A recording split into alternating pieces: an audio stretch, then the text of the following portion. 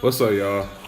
Good. Yo, finally, man, like, it's my first audio podcast. It's a very official one. Put you on, man. How do you feel? I feel pretty good, you know. Feel like it's a good start? I feel like it's a good start. You know, I'm a little tired right now, but fuck it. I need to get hype right now, you know. This is my. I feel like you had to, man. with this song right here, man, like playing in the background, it's getting me like in that chill space, you know, like. You definitely feel the vibe of this song. I mean, right when you cut it on, you saw how I was like, ooh. Right. Like, And y'all know who this guy is? Nah, put me on. No. Yo, Yeah. I'm gonna put y'all on, alright? So, yo, Daniel Caesar. If you haven't heard him, look him up right now. He's a native, Toronto native guy. He's from Canada.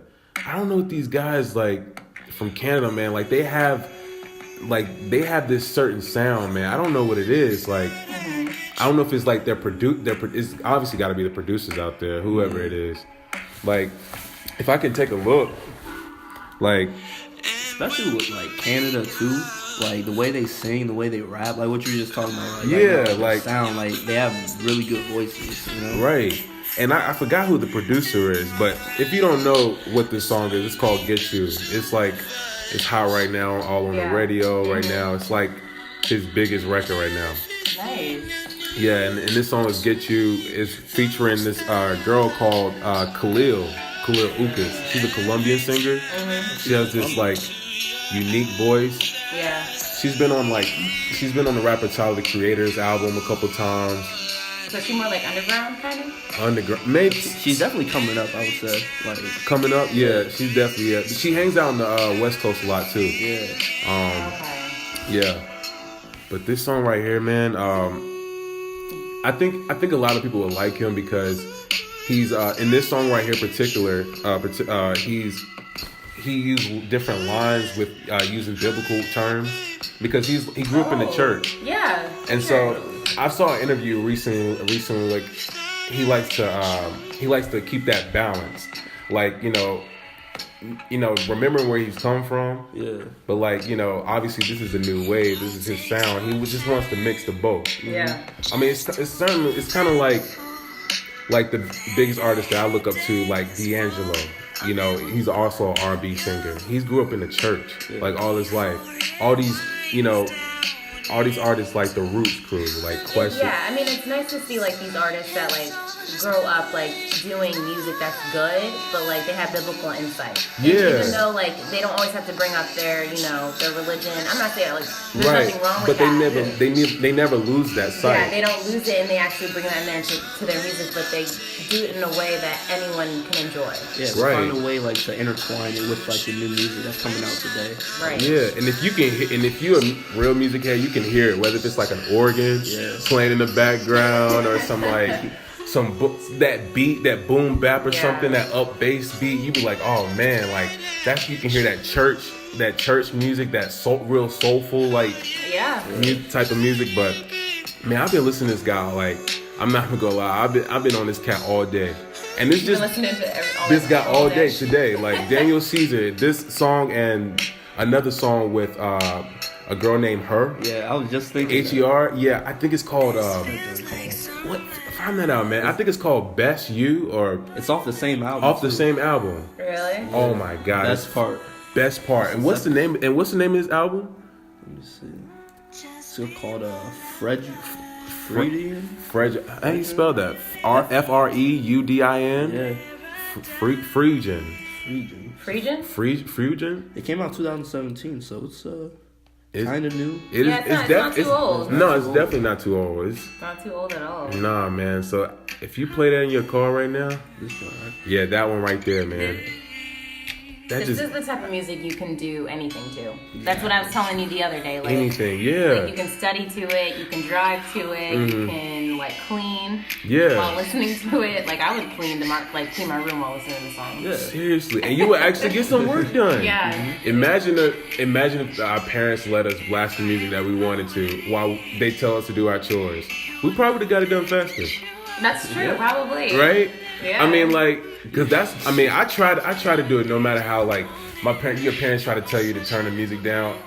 I have to have music playing. Or I would always put my earphones in. Yeah, I would always put my earphones in and blast that shit. Mm-hmm. Yeah, that's true. Yeah, you have your headphones, but I was that like out loud kid. Like I like it out loud playing. But I was trying not to get my ass beat. So. That's true. Yeah, right. So didn't I tell you to turn that music down? Yeah. But like I also love to sing to it. You know when you sing along to it, like, and I sing a little bit. Mm-hmm. So like I be crazy with it, trying to match up with the tones, the keys and everything. I'm just wild crazy like that. So I just loved it. So I just loved hearing it play out loud. So when did you? I want to ask you something though. When did you find your love for music like this? Was it? I mean, since you were like young in middle school, or did it just start? No, it started when I was in middle school. Yeah, absolutely. Really? It probably started a little bit before that because I've been in church since I was a little kid, and just like seeing my father was in the choir. Mm-hmm. Imagine seeing your dad in the choir, but my dad was killing it.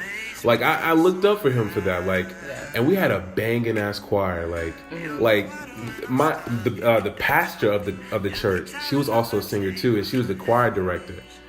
And one thing my dad always said that he thanked her for is that she taught him how to know his pitch, his notes, and everything. Yeah. And so just listening to that, it just listening to that and just paying attention to that, it helped me found my sound almost.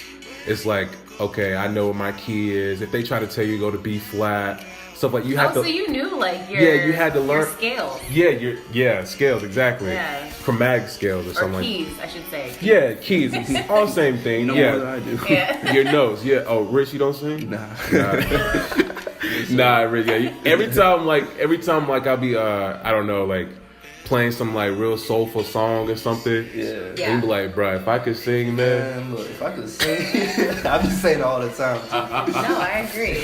I feel like singing, at least soul for me too, is like people deserve an award all the time for that. I feel like out of all music, and you guys could disagree with me, but I feel like soul is like the most hard thing to sing because you have to have like a deep I forget, it's like a resonate, like a deep. I don't even know what the word is. I see what you're saying. Resonator. I know what you know what I mean. Yeah. Like you have to have a very soulful voice. You have to feel it, yeah. So like be very deep. I can think of a perfect example, like Mary J. Blige. Yeah. Like I feel like to me, in my honest opinion, like I don't think she's the best singer, but not only you have to be a good singer, but she performs really well. Yeah. You can feel it, you can hear it, you can feel it. Like she's like almost like crying out, pouring her heart out. Yeah. And you be like, damn, I feel that. I haven't heard anything from her in a minute. Oh, I'm not gonna lie, I love her moves on stage. Right? I love her moves. Yo, she be killing it. Yo, that's that 90s. She was definitely the icon of the 2000s. 2000s? At least for me. I mean, I can see that like early 2000s. 2000s, definitely, yeah. Like 2007, 2008, she was definitely big to me. Yeah. I would listen to her music all the time. No, that's true because 2000s we were like up in age to like really. That's when the striped hats were in with the like suit hats. She was wearing the jumpsuits. Oh, right. She was wearing all that, like looking very sophisticated, but like business attire, but like.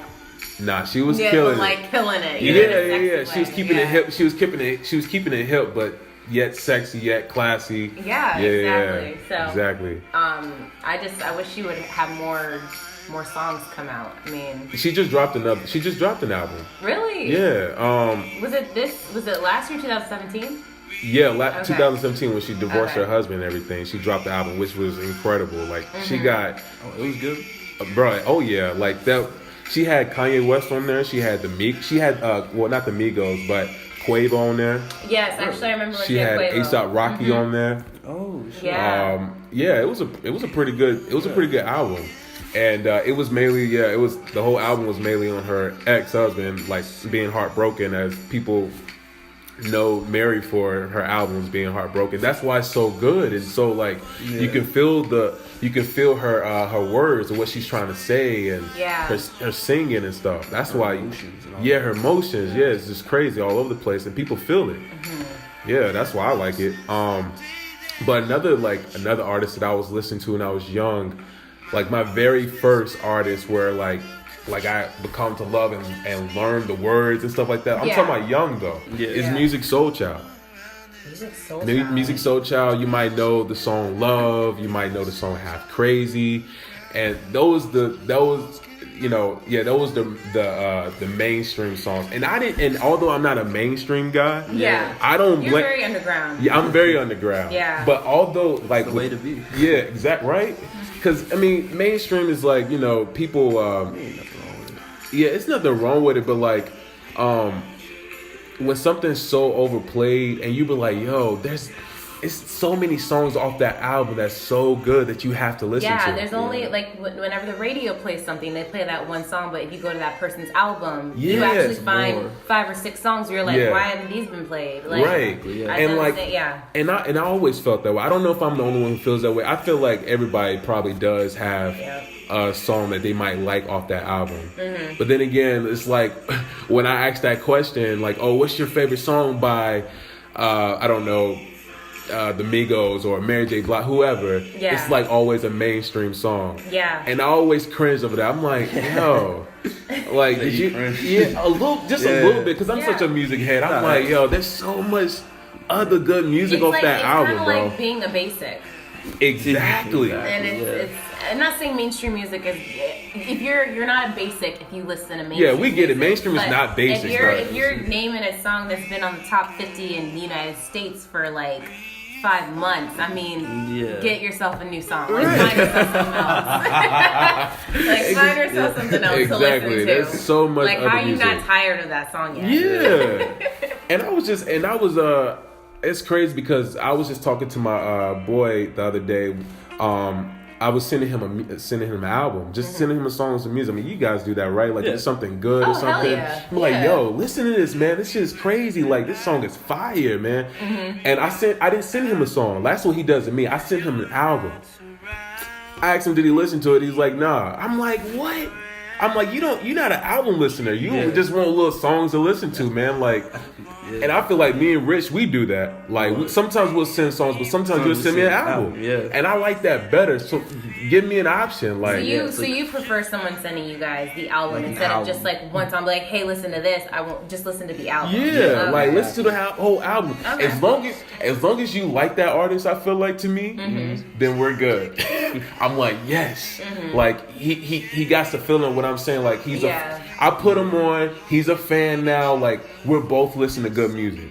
What I think about like listening like to full albums, you get the experience that they want you to get. Yeah. You know what I'm saying? Yeah. Like they'll put songs at like the end because that's how they're feeling when they're making the album. Mm-hmm. You know? Yeah. That's what I like to think about. Yeah. Especially when you smoking and shit.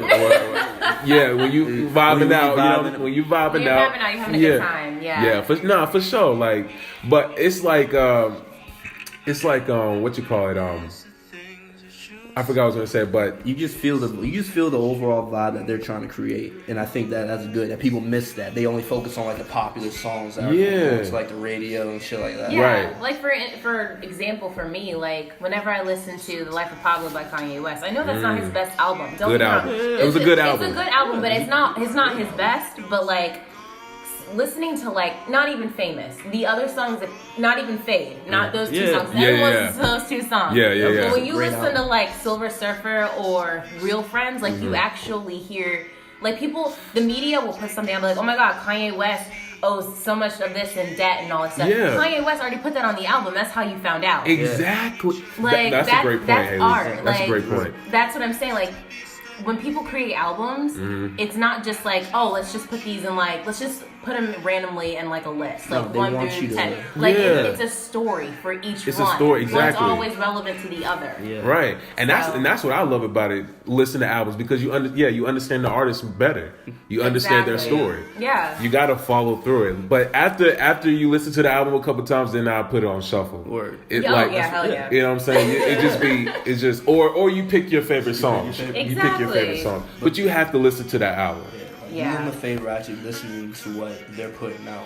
And you're doing a favor for the artist too. Mm-hmm. You know what I'm saying? I would love, like, for anybody that's putting a project out, like, I mean, honestly, if you're gonna put out an album, even if it's not that good, I mean, like, props to you because you put in the effort to try to tell your story. Yeah. In a way where, you know, people can hear it. Yeah. And that's a lot of creativity. Yeah, you're putting yourself out there. You're being vulnerable, kind of. Even if you don't want to think you're being vulnerable, you're being vulnerable. Yeah. So definitely. Since I'm a big fan of just albums of how they put it together, I listen to the skits and everything. Yeah. Like I don't know who. Think of a person at the top of my head that like Dave East. He recently put skits in his album. Yeah. Dave East is one of my favorite rappers of today right now, by the way. But we're gonna get into that later on down the line. We're gonna talk about that on the other audios of our I agree with that, list. but there is some people that like they try to tell their story in their song, or the skits you say, but they're not as good. You know what I mean? Yeah. Like, for instance, I forget his name, but it's called Left, comma, right. YG. Yeah, YG. Like, he was, towards the end of his song, he was, like, talking about a drive-by shooting. You know? And it wasn't put in the way that we can understand it. It was kind of like his way of, like, oh, I went through this. It's badass. But us are like, this is fucking disturbing. You gotta go more into it, you know? That's interesting. Yeah. So, but then again, if you are from the West Coast, you'll definitely probably understand that. You probably do, because I don't know anything about the West Coast. But that's real. If you're in the But I'm just saying, like, I love the fact that these rappers, or even just singers in general, tell their story. It's just like, if you're gonna put something out there, you gotta make sure it's clear enough for us to understand. Because I want to know your story. Exactly. You know, I want to know what's behind your lyrics. I want to know what you've been through. Yeah. But I can't understand that if it's not. If it's just clear. it's just all over the place. Yeah.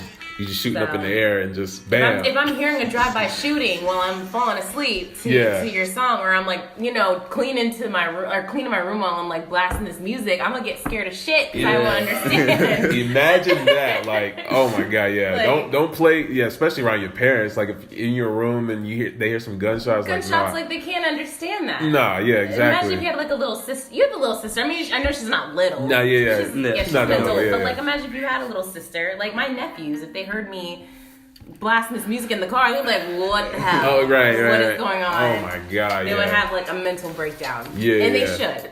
Right, exactly. They probably would, definitely. But when you play that in the car with the homies, everybody's cool. It sets like different moods for different people. That's interesting that you said that, because you don't like I would never really think of it like that. Per se, you know.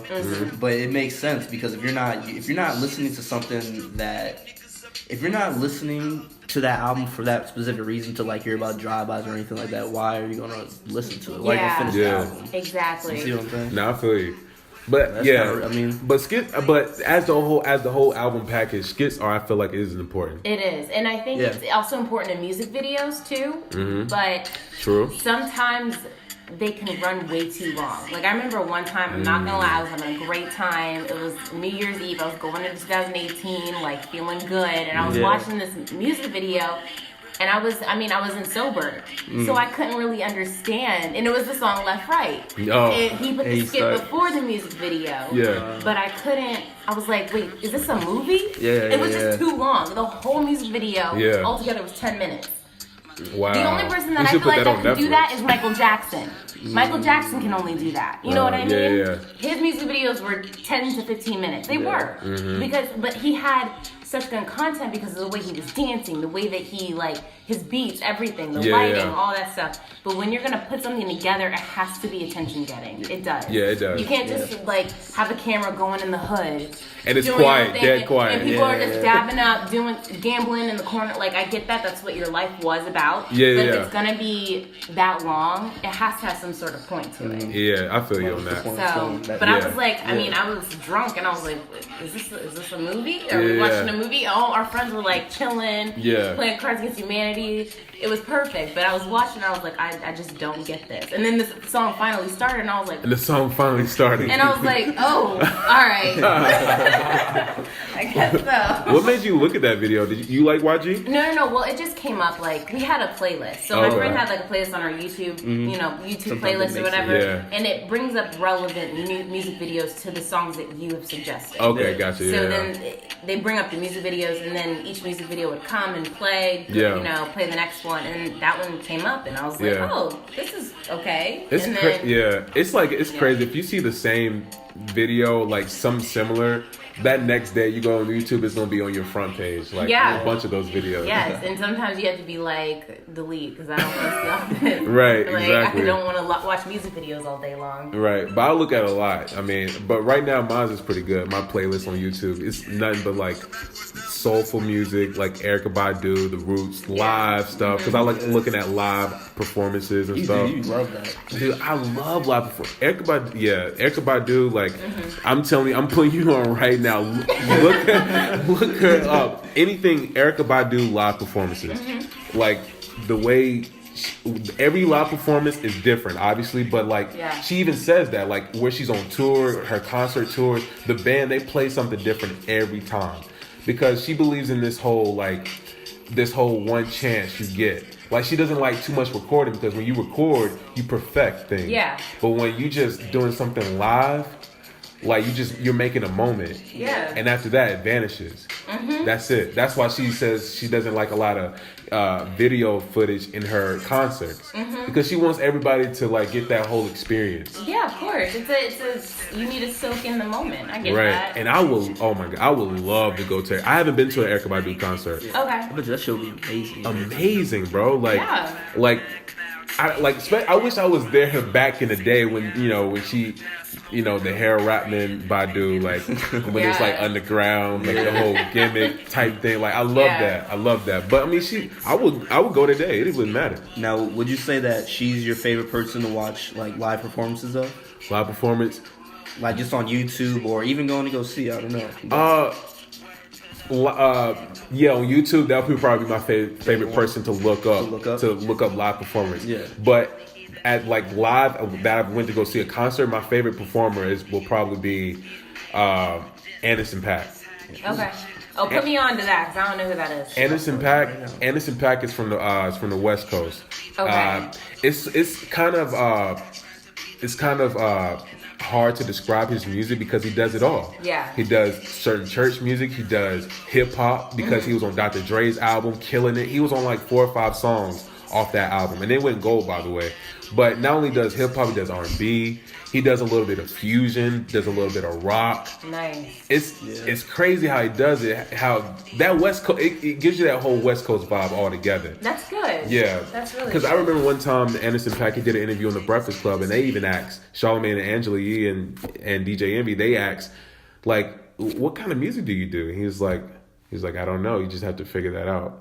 I guess he's like the type of person, like, he likes to just stay creative. I was about to say, I feel like he kind of just does everything in anything. He's that type of person where it's like he doesn't really have that one niche. He's just good at it all. Yeah, and I respect that because he's a different guy. Yeah, exactly. And that's different. It's hard to find people like that. Yeah, exactly. Especially when everything that they do is good. Like there's times where I'll look on Instagram and I see people like upcoming rappers rapping, and then they get into like drawing and art, like tattooing and all that. And their tattooing may not be as good as their rapping, or their rapping may not be as good as their drawing. That's true. So things like that. Yeah, you see a lot of nowadays. You see a lot of rappers or singers, vice versa, doing different things. You just want to try to, like back on Erykah Badu. Now she's going into the DJing now.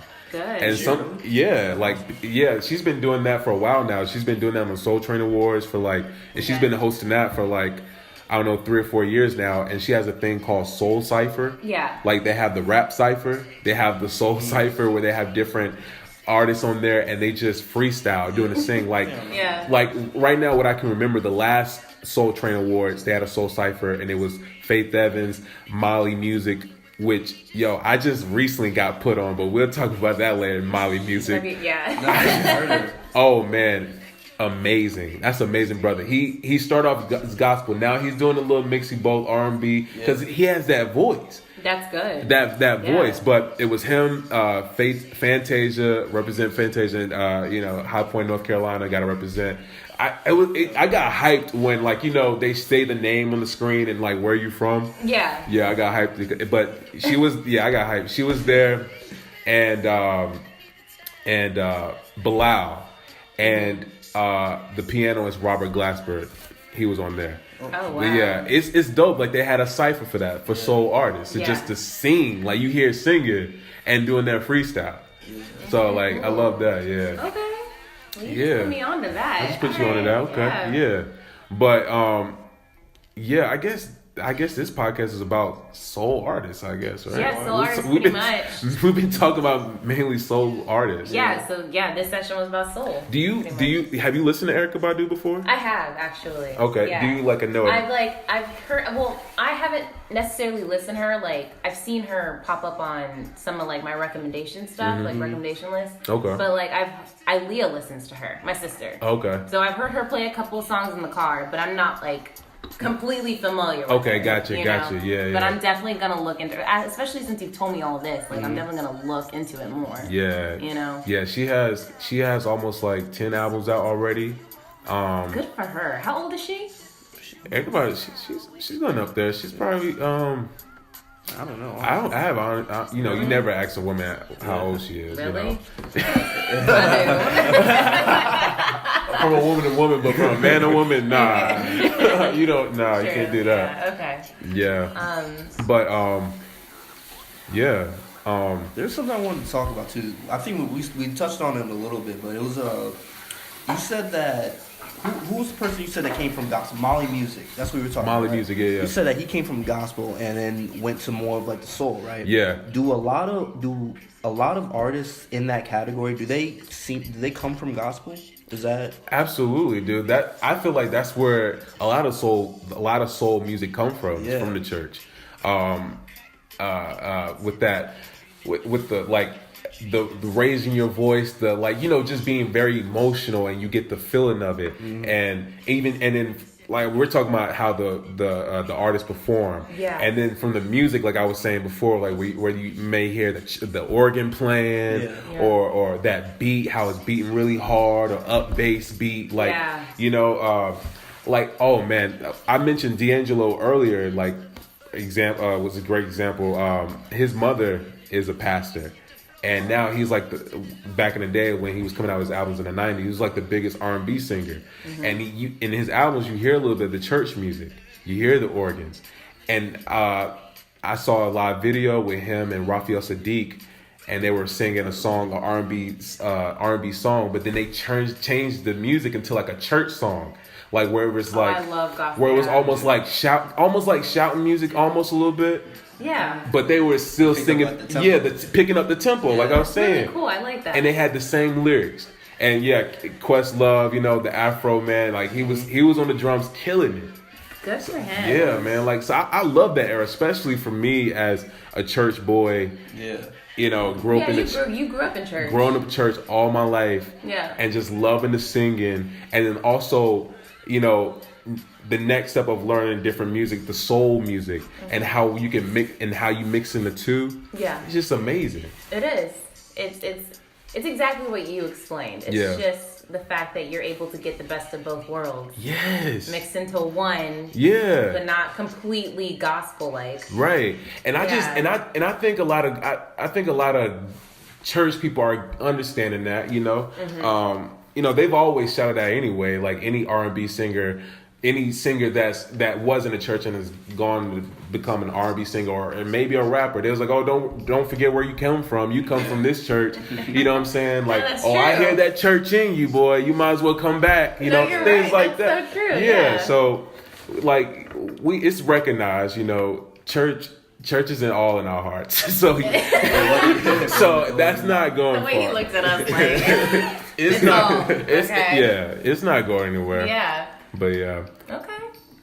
What's that playing right there, man? Oh, this is Kim. Kim? Is that Kim? Kim, yeah.